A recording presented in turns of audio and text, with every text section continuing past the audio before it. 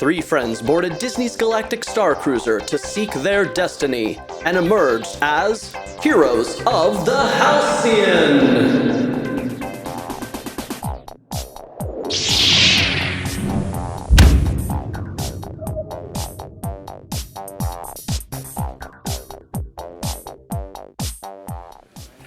Bright suns, and welcome to Star Wars fandom in the immersive frontier, Galaxy's Edge, Galactic Starcruiser, and beyond. The best, and to the best of our knowledge, only Galaxy's Edge and Galactic Starcruiser Superfan panel is the lead ever.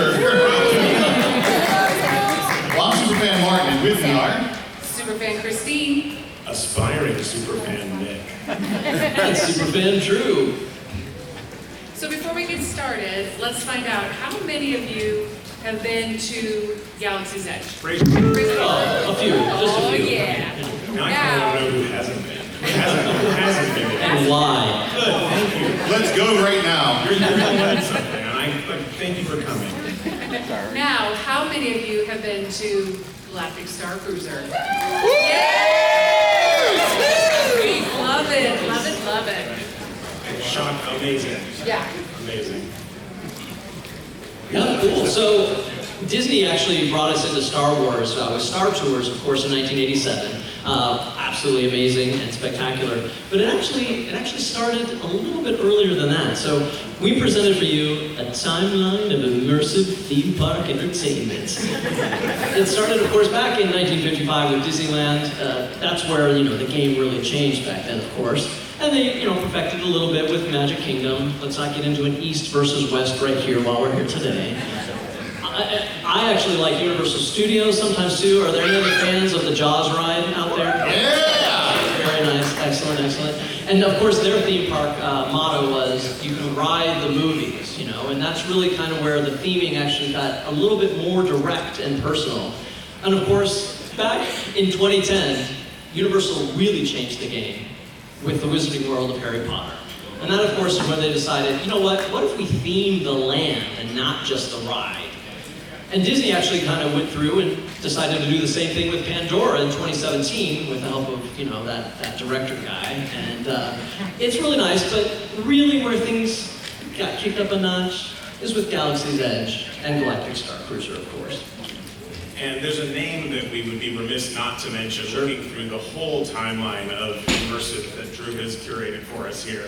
And a name that leads directly to these two projects, and that's Scott Trowbridge from Disney Imagineering. And the reason I bring it up is even a few of those little pictures you saw on the historical timeline there were projects, brainchildren of his, the Amazing Spider-Man ride, which was a huge leap for so many people. And right before Wizarding World opened, he was leading the design on that, and Disney actually brought him over even before Wizarding World had even opened. So the arms race was occurring very fast and very furious, and he was brought over to Disney as part of the research and development team, which was concocting all of these wild new ideas for the future of theme parks. And so when eventually Lucasfilm was acquired and Star Wars became part of the portfolio, they knew this is the guy to dream big. And because if you're going to be ambitious, just like George was with Star Wars, all throughout his time making Star Wars, we need a guy like that with a vision for how theme parks can take it to the next level of immersion. Star Wars is the perfect property for that, and so he became the portfolio executive on Star Wars. And so the ambition of these projects really does, in a big way, come down to how strongly he pushed for these ambitious ideas, which, as we will discover as we go through them specifically, are the type of things that under normal creative circumstances would be cut immediately. They would not reach the final product. And so the fact that these projects exist in any form whatsoever is a pretty amazing feat of endurance on his part. He really raised the bar. How's that for a segue? That's right. But how did he raise the bar? I should say, how did Disney raise the bar on the immersive theme park land with Galaxy's Edge? Well, really, with Galaxy's Edge, if I had to give the short answer, Rise of the Resistance. Truly the most technologically advanced ride probably in the world. But I'd say it goes even more than that. It's that instead of just being a static experience like most theme park lands are, this was a live thing. You can experience this any way you want in a very free-form way, but that comes with, technology has to enable that. I mean, Nick, you know more about the technology than anyone. Well, yeah, and the thing that particularly for me makes Galaxy's Edge so unique is that it really is designed for exploration, which is kind of unique for theme parks. And it's on every level, from the physical layout of it. It's very circuitous. You can't see the whole land from any one angle, so you're always turning into these unique nooks and crannies. You turn 30 degrees, you're getting a totally different view than if you're turning the other way. And it really is trying to invite you in. And that physical layout translates also to how they've decided to handle story, how they've decided to handle interactivity. And that's the big one, is, you know, the experimentations over the decades with how do you handle interactivity in a theme park. It's really difficult to do. You've got a lot of guests who don't really have control over their flow through the land. They have complete freedom to do whatever they want.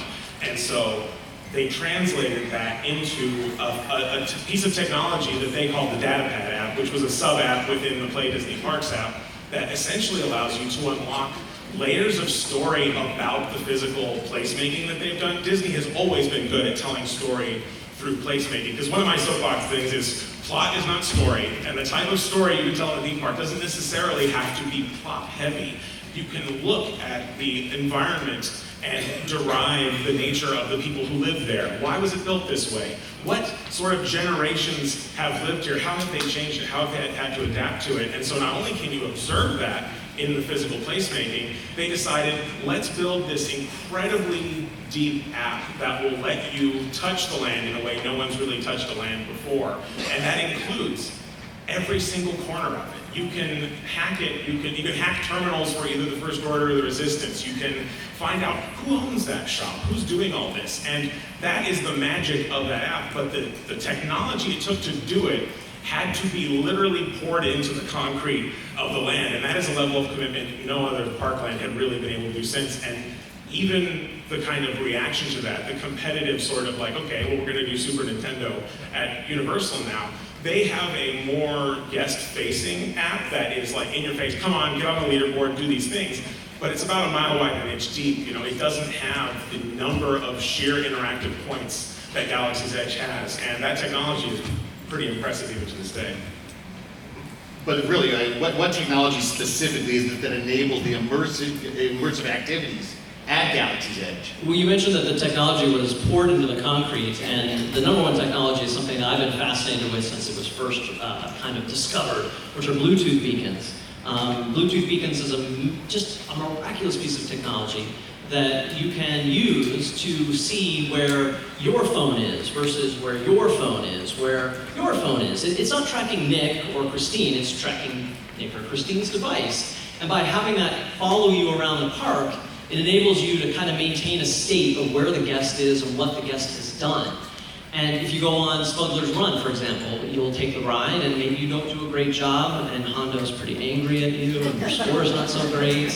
And you'll go into a store and there's next to the point of sale, as you can see there on the slide, there's actually a reputation reader that the cashier or shopkeeper can use and look, and while they're ringing you out, I think this happened with you, Nick. What happened? Yeah, no, so I had purposefully messed up the Falcon because there was an achievement you could get in the app for doing a really bad job flying the Falcon. And it's actually harder to get than flying it well. So my whole team was like, we have got to do the worst job piloting this thing, and we have to shoot a bunch of blaster bolts, which they charge you for individually, and not hit anything, which is harder than hitting. That's hard. And so we did that, and we were so proud of ourselves, we got negative credits. We owed Hondo credits. So Hondo gives you this angry message in the data pad. But the most magical part of that is that when I went to buy a plush at the Toydarian Toymaker stall, I saw them quickly flash their eyes down to what I later learned was a reputation reader, and this was right when the park opened. And they said, oh man, you really messed that ship up. You better watch your back. Hondo's got a price on your head. And so, was it an icon or like a thumbs down? I can't remember what it was. But that's the thing. It's like, that is up to the individual cast members to implement, and certainly it's something you would hope to see done on a larger scale. But I personally can't blame any individual cast member who really just wants to worry about ringing you up and finishing the transaction. But the fact that they went this far, I mean, not many people have seen that picture of that reputation reader, that they installed that, and the level of approvals it took to get those things made and installed, I'm sure it has been pitched for decades. No one's ever done it because it's a question of how do you bring a video game to life? How do you track player state? How do you track player activity? In the real world. In the real world and communicate it to live people that are not NPCs. They are flesh and blood and they need that information in order to enable these magical moments. And I asked point blank some Imagineers on the team, how did you get this through? And they said, there was in the 5-6 years we worked on Galaxy's Edge, they said there was about 7 times in any other development the data pad would have been cut, it never would have existed. But what it took was, the reason I brought up Scott Trowbridge, every meeting he had for the entire development cycle of Galaxy's Edge, he talked about the data pad app. And it is only that level of quite frankly, persistence that no one, you might just shrink thinking, oh, this is too big, no one's ever done it before. But because he had been emboldened and they had said, literally, to him, you must be ambitious with this because that's what Star Wars needs. You know, Galaxy's Edge might not have reached the dream that everyone had hoped it would. It still can. It's a living, breathing platform that can evolve. The fact that they went this far and invested this much in the back end infrastructure of it means that it has a leg up on other things that hopefully one day will come alive in the way we all imagine, and in the ways we just described already are. That was a day one thing, and that system is still running today. And that, I would like to ask a question of my esteemed panel. We've been talking a lot about Galaxy's Edge and all of its wonderful qualities. What separates it, and what differentiates it? Compare and contrast for me other big immersive theme park lands like, say, Pandora. I was told there'd be no homework. The Wizarding World of Harry Potter. Yeah, so let's talk a little bit about the Wizarding World of Harry Potter. Ooh, tongue twister. It's beautiful. I mean, when you walk through it, you really truly feel like you're walking into a movie set, but that's some of the challenge, is that you feel like you're walking into a movie set. You're not part of the story when you're walking through.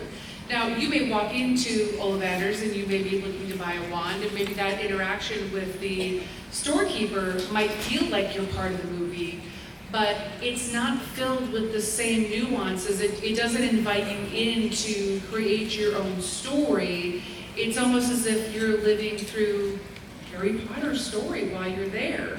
And so the limited interaction that you have, or the limited ability to go beyond just photographing a movie set, makes it enjoyable, makes it beautiful, makes for a good time, but it doesn't allow you to create your own story like Galaxy's Edge does. It reminds me of a story you told me, Nick, that in the early days when Disney put the Snow White Adventures ride back in 1955, they didn't have Snow White in the ride because the Imagineers at the time kind of thought that, well, when you went through it, you were Snow White. So then when people got off, they're like, wait, where's Snow White? Well, Wizarding World is pretty similar to that. They're kind of designing it like you're a student at Hogwarts, which, don't get me wrong, would be amazing, so that's great. But Disney did learn some things with that, and actually went a little different with Pandora. With Pandora, first of all, it's spectacular. How many people have gone to Pandora and Animal Kingdom? Yeah, you guys know. I mean, when you walk in and you see that mountain floating there in front of you, it's awe-inspiring. It is spectacular. When you go on the rides, they're amazing and great. The store is really cool, but then you're done. You're there for 2.5 hours, and it doesn't have that same level of discovery and exploration that maybe Galaxy's Edge does, and maybe they learned. They did learn a couple other lessons. One of the things that's really cool about Pandora is that it's set generations after the movies. That allows the filmmakers to do what they're going to do, but allows the theme park people to say, hey, let's take in some the greatest hits from the movies, right? The other thing that's really cool that they went on to use in Galaxy's Edge is the merchandise is in-universe. So when you look at the stuff that's sold at Pandora, it's stuff that's there in Pandora. It's nowhere else. So they really did kind of take that lesson and move on with it. So why did Disney choose an original story for Galaxy's Edge? That was actually one of the most bold decisions in the entire development process. I mean, they had to decide what era to put it in, and let's face it, it was always going to be in the era of the current entertainment that they were making. Of course, that's the same thing that Walt Disney did back in the day. But the more bolder choice, in my opinion, is when to put it. And where to put it is a completely original location. They didn't put it on Hoth or the Death Star. It's really kind of expansion versus adaptation. You know, the Ollivanders kind of is a great example of this. Is when you walk into Ollivanders, you make the wand. It's really cool. I've done it. It's fantastic. But when you make a lightsaber at Savi's workshop, that's something none of us had ever seen. That's something none of us had ever experienced. And that was something brand new, and that was felt exciting, and it was discovery. And that's the one thing that when you go to Diagon Alley, you see what you expect. When you go to Galaxy's Edge, you see the unexpected. And that's a huge difference, and that's a really, really bold thing for them to have done. Well, and along with that too, they do give you some familiar points to be able to harken back on. I mean, you do get Chewbacca, and if you've never hugged a Wookiee, you're missing out. But they give you Rey, they give you Kylo, they give you Stormtroopers, the Millennium Falcon. That first time you walk into Galaxy's Edge and you see the Millennium Falcon, if you didn't cry, yeah. So they're still giving you a little bit of that familiarity so that it feels like, you know, a playground you've been to before.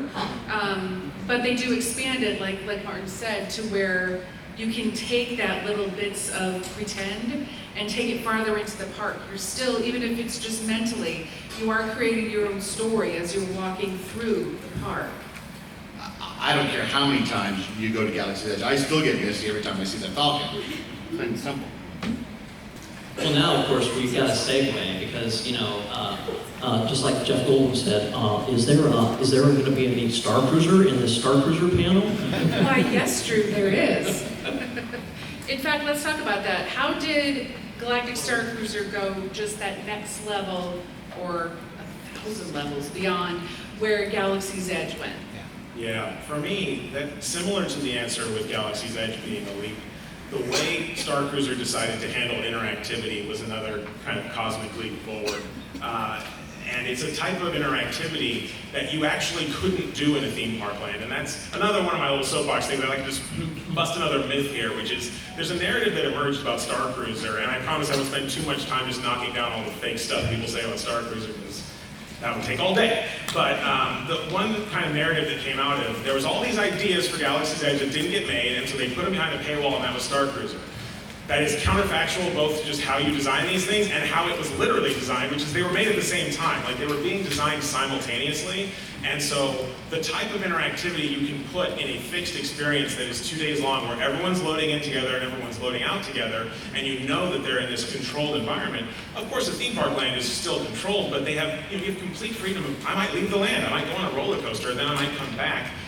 You can do more interactivity in Galaxy's Edge, and certainly Rise of the Resistance going grotesquely over budget caused a lot of that to be cut from Galaxy's Edge, but it was not cut to put it in Starcruiser. And the types of things you were going to see in Galaxy's Edge don't look like the type of interactions you can do in Starcruiser, which are, due to its scale, intimate. They are these moments that are difficult to market, and that's the other part of this that's, you know, look, we pitched this panel before they announced the closure, okay? So there is an aspect of eulogizing this, right? Like, because marketing is hard, and it's especially hard when something has literally never existed before. Nothing like Starcruiser has ever existed, and I'm a little afraid as someone in that industry that nothing will for a while now that they've made the decision that they've made, which seems more corporate than anything else. And, you know, I think that what you had with Starcruiser was this incredibly intimate, one-on-one type of experience that also put you in a structure where you were collaborating with the other guests. Yes, you were having these unbelievably personal moments with the characters that sometimes competed with the most depth I've ever experienced in any Star Wars media ever. And I think we'll hear a little bit more of those stories later from some of my panelists. But you also have these things where you realize, oh my God, they've taken a story, this fixed story that I'm participating in, a canonical Star Wars story, and it's happening all over the ship simultaneously. Meaning, while I'm doing something in engineering, my friend that I'm going to meet up with later at the bar was doing something at the exact same moment on the bridge, and only through conversation can we assemble the story. So it's not even that you're being told a story with Starcruiser, you are telling a story to each other. You're assembling it, and when you assemble something like that, and you live the moment, and you're breathing the same air as the characters, you're looking into their eyes and they're saying, I need your help with something. They're sending you off on missions, and then you're understanding the consequences of your participation. That's indescribable in marketing. And it's incredibly difficult. Like, look, the only language I have to talk about it, you can't put on a poster, right? Because it sounds a little hyperbolic, but if we're talking about Star Wars fans always love to talk about Joseph Campbell. But that conversation usually ends at The Hero with a Thousand Faces. That dude wrote that book when he was young. He wrote other books. And they talked about things that were ritual and participatory, and it's amazing for me to finally see Star Wars reach a point where you can ritually enact the myth. You're not just sitting in a theater watching it or reading a comic book or playing a video game. You are living it and breathing it, and it's potentially, for many people that have gone on that ship, a transformative experience. It's like the tribal days of going into a cave and coming out a different person. We don't need to talk about what happened in the cave. But you know, on Starcruiser, you are presented with these alibis for interaction. You are presented with these opportunities that allow you to see parts of yourself that you hadn't seen before. And the last thing I'll say on this is the reason for that. Our culture doesn't give adults a lot of opportunities to play. And I think there's a primal thing to being able to play and learning about parts of yourself through play that you can't do anywhere else. And so to have these cathedrals, which are, yes, we'll just say aspirationally priced. They are once-in-a-lifetime experiences. There's no question, once-in-a-lifetime thing. But I promise you, of the 50, 60,000 people who will eventually go on Starcruiser before it closes, not one of them will forget that trip in the way that sometimes, don't your vacations just start to blend together? This is not a vacation. This was potentially, for a lot of people, very transformative. And I just, I don't know what I'll do now. We all said it was once in a lifetime, and we meant it at the time. How many people have been to Galactic Starcruiser more than once? You can't stop thinking about it. You can't stop going. But to your point of immersivity, there's something so different about Starcruiser in that it is 46 hours long. You have the same cast through the whole experience. You get to have these relationships built. They remember you. They know your name. They remember exactly where you are in the mission stories with them. Because it's 46 hours long, you cannot escape the fact that you sleep there. Which brings us to the point, let's just get it out of the way. Everyone's thinking it. It is not a hotel or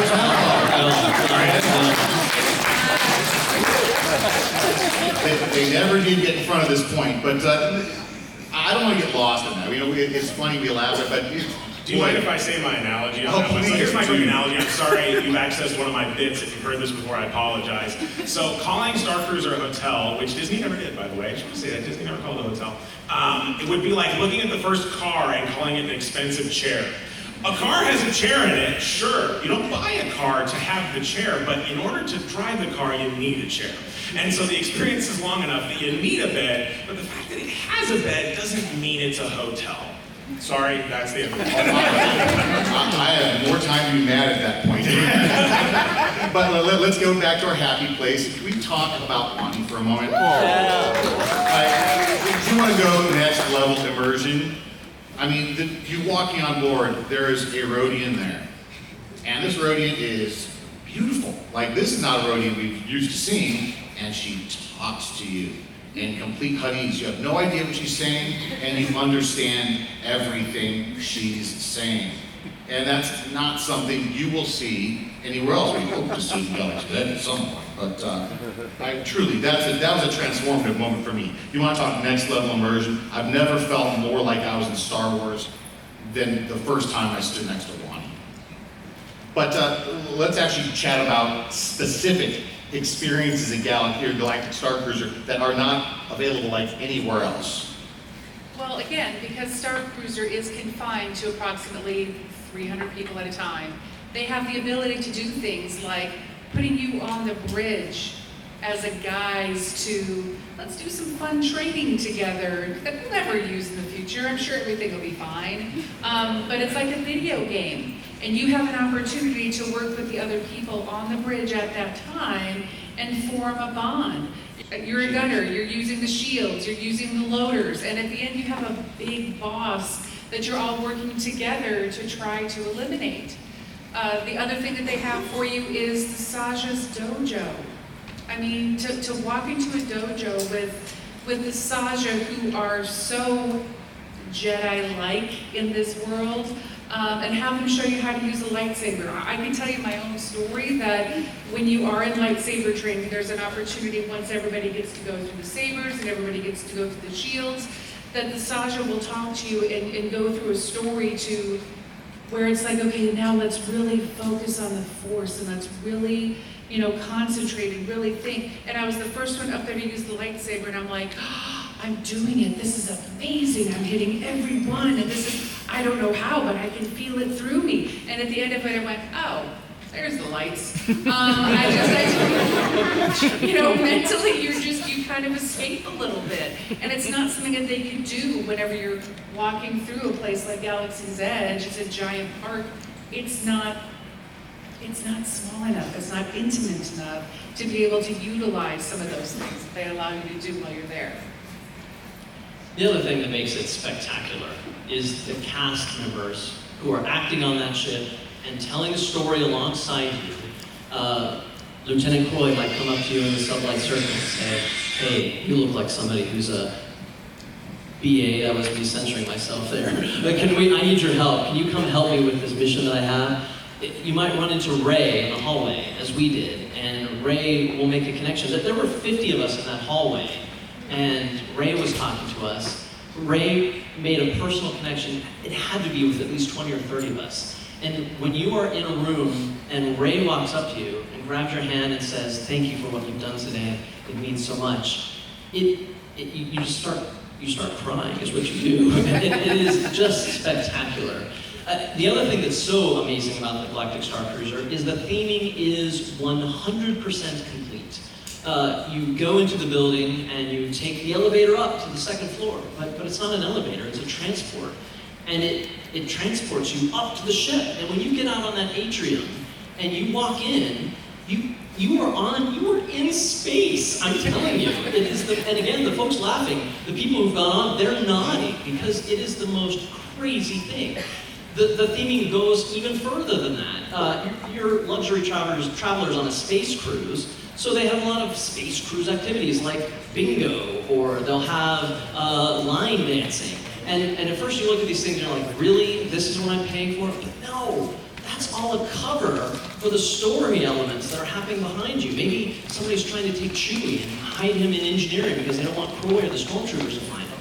Or maybe Sandro is trying to connect with Wani because he thinks she looks pretty good in that purple dress, So there are these elements around her, and that theming is 100%, and it can't be found anywhere else. The other thing that's really cool, of course, is the technology that the Galactic Starcruiser has. We talked a little bit about it with Galaxy's Edge, but let's talk about the technology on Galactic Starcruiser. Yeah, the technology really does evolve beyond even what Galaxy's Edge was using. And to underline a point that Drew just made, the cast is unbelievable, and that's the human technology that powers the experience. And I'm glad to see, as a fan and as someone who's worked in this space, Disney looked outside their own walls to find people in the immersive theater world who were literally the best in the game and brought them in to work on this project and make sure all of those actors were trained to know how to deal with every different type of engagement level. Because not everyone who visits Starcruiser is going to want to jump right in. In fact, they're even more further trained for the people who are kind of crossing their arms in the corner and don't know. There are subtle ways for them to give multiple opportunities of engagement to bring people out of their shell. And you look at both kids and adults when they load on that ship and when they load out, you'll be shocked at who has become a rollicking part of the story. But what allows them to engage with that rollicking story is, yes, it's going through that same data pad that Galaxy's Edge uses, but it's, in addition to a little RFID wristband you're given, it's also plugging into this completely new backend, this story engine that is juggling the quests, the decisions, the affiliations, all the data points for 300 people at once, which is something that in the immersive world was really kind of a tough cookie to crack for a long time, which is how do you unencumber actors from all of the logistics of quest giving and all the LARP stuff that we associate with that kind of interactivity and not have it rest on the shoulders of these flesh and blood people who really just want to be in the moment. They want to have those shoulder tap moments with you. They want to bring you into the story and have an emotional connection. And so thanks to this story engine, they are now able to completely not worry about that part of it. And the whole thing is amazing because what it does is it takes all that information and it realizes, okay, you've been talking to this character more than this character. When this character asked you to betray this character, you agreed. It knows what your affiliations are. And so, based on your first kind of experiences there, it is attempting to serve you a third act ending that is the most relevant to what you are aware of on that ship because of that simultaneity. And so that's a beautiful thing that regardless of where this project leads, that the entire industry can look to that particular system as a guiding light for how do you deal with a lot of people that want to have intimate moments and also tell this succinct story within it. And the data pad and the story engine enabled it at a scale that people like me have been waiting for a very, very long time. And so it's a beautiful thing. Well, and the technology goes beyond that too, even, is just the visual effects on the ship. You know, whether you're in the atrium or in your own room or you're on the bridge, the view is the same. I mean, if they're going through an asteroid field, you see it in your room. If we're getting close to Batuu, you'll see it through the atrium windows. I mean, it's incredible the fact that it just follows you no matter where you are on the ship. And to go along with that, in each one of your rooms, you also have D309. How many of you fell in love with D309? How many of you had her tell you a bedtime story? Come on now. So D309 is also programmed to interact with you and your data band, and she tells you basically, welcome to the ship. Oh my goodness, we're being boarded. I hope you're okay. How are you feeling? Why are you here? I mean, she asks you questions, and no matter how you answer, there's some sort of algorithm that has a response back to you, to where you're having a conversation with her, almost like you would with Siri, and you kind of forget that there's nobody behind that. It's amazing, and like I said, she'll tell you a bedtime story, she'll sing you a song. She doesn't like it when you're helping the First Order.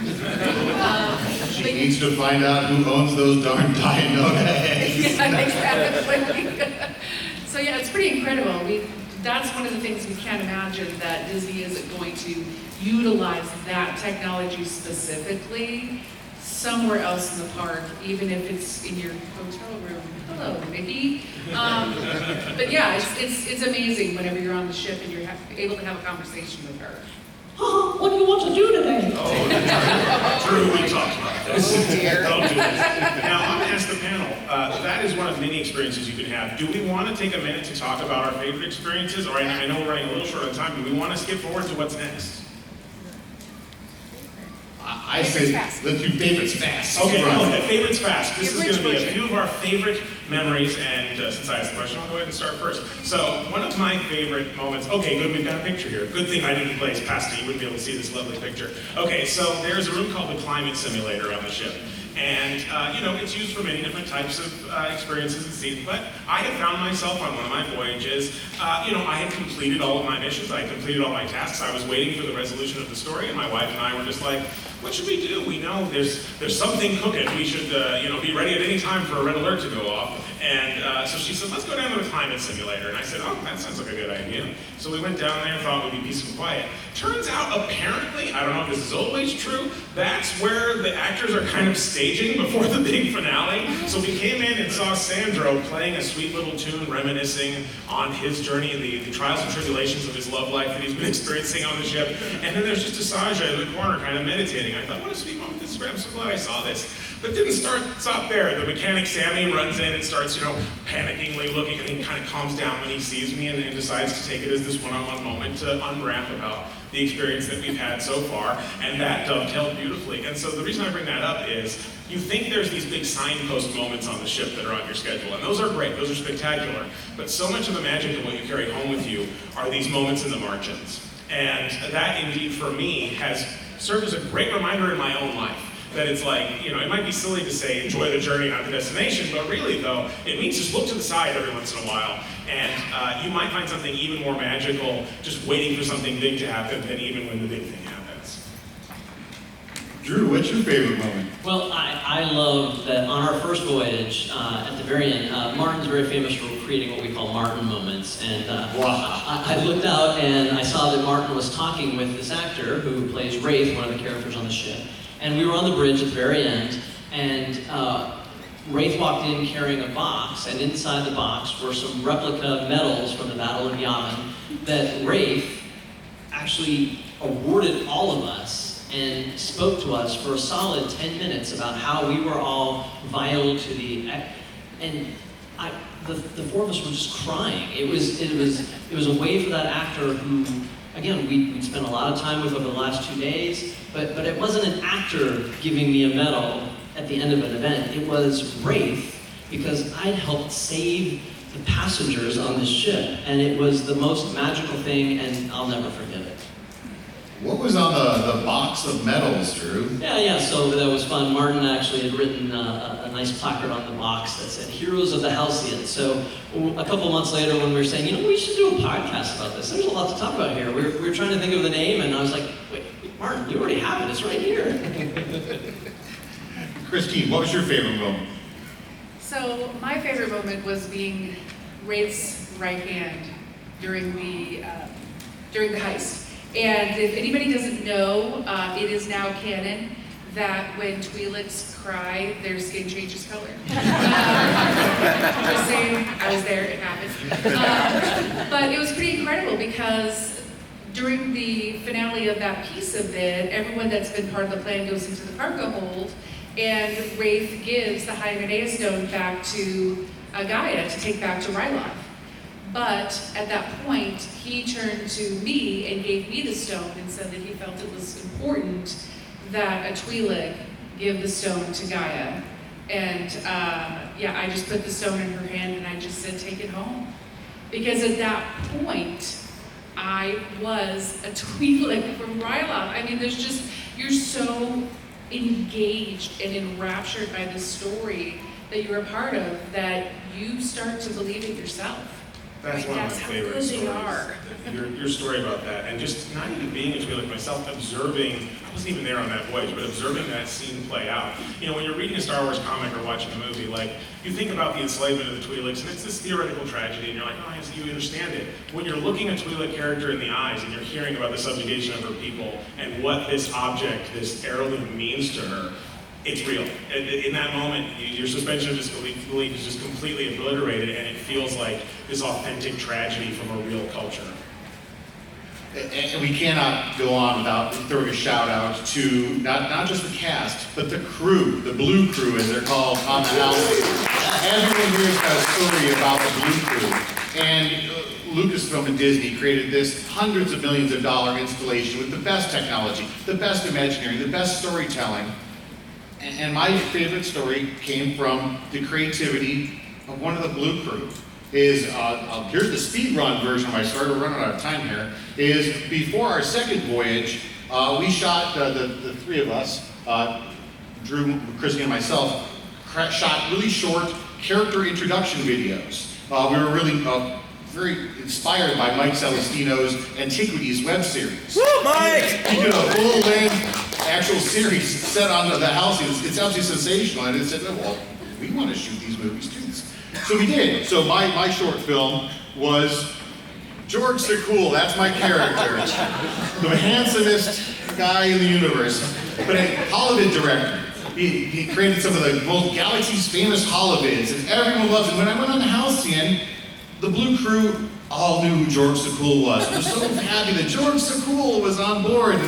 But there was a cast member, I hate singling anyone out, but I can't not. Belle she didn't like the same holovids that everyone else did, the galaxy-spanning historical tales of the rebellion versus the Empire.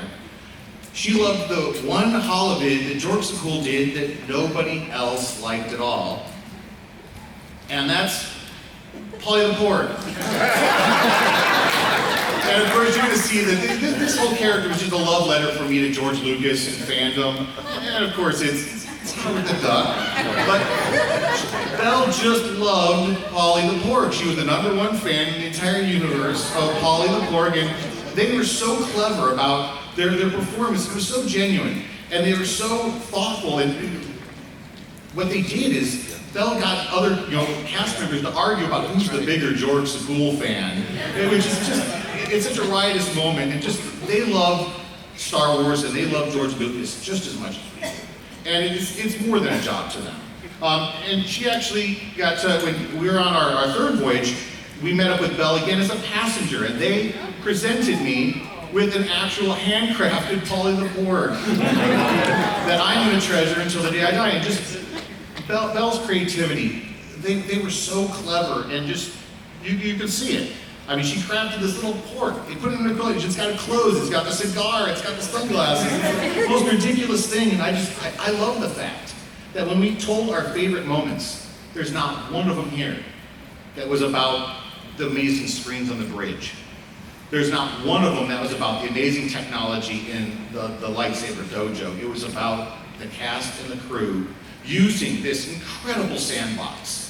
And that's the part about Starcruiser going away that makes me more angry than anything else, because so many people aren't going to get to do that. They're not going to be able to have that moment. And I'm mad as hell. And in that way, it kind of becomes an oral tradition now, in the way that you hear stories of fandoms past.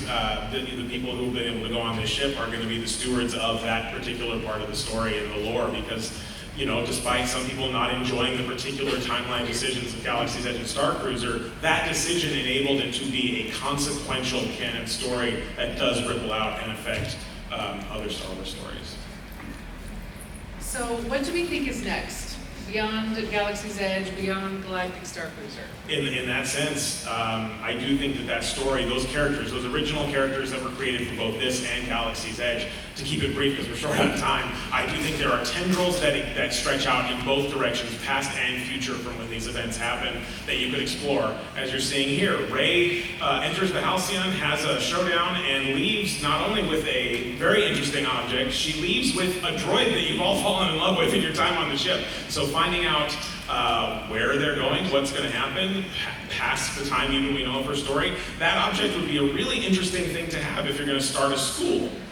So I'm very curious to see how they might allow the ripples of the stone in the pond that was the Halcyon to ripple out into the rest of Star Wars, because they are, the Lucasfilm Story Group considers this what happened between these stories that we know. So who knows where Captain Keelan can show up, or where Wani can show up, or where Sandra can show up. They can be in any media, as they already have. They've been in comics, they've been in novels. They weren't just on Starcruiser. So we can see them show up anywhere. And even if I'm not as optimistic as some folks about what the future of the actual building is, the stories and the characters could live on indefinitely.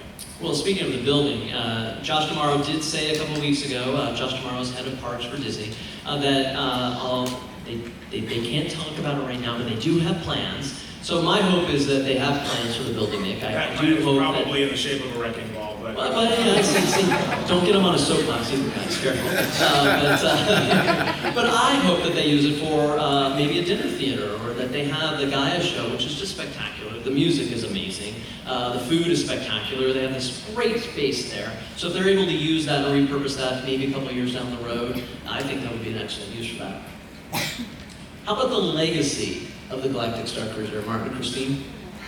I'm going to tell you, the legacy is going to be, I believe exactly what Nick said, it's going to be the oral tradition. I mean, for 18 months between when it opened and when it closed,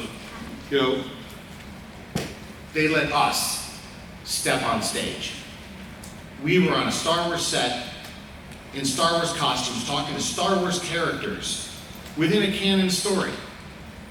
And people always say, Starcruiser is so expensive, and in the same breath you ask them, well, what would you pay to be in Star Wars?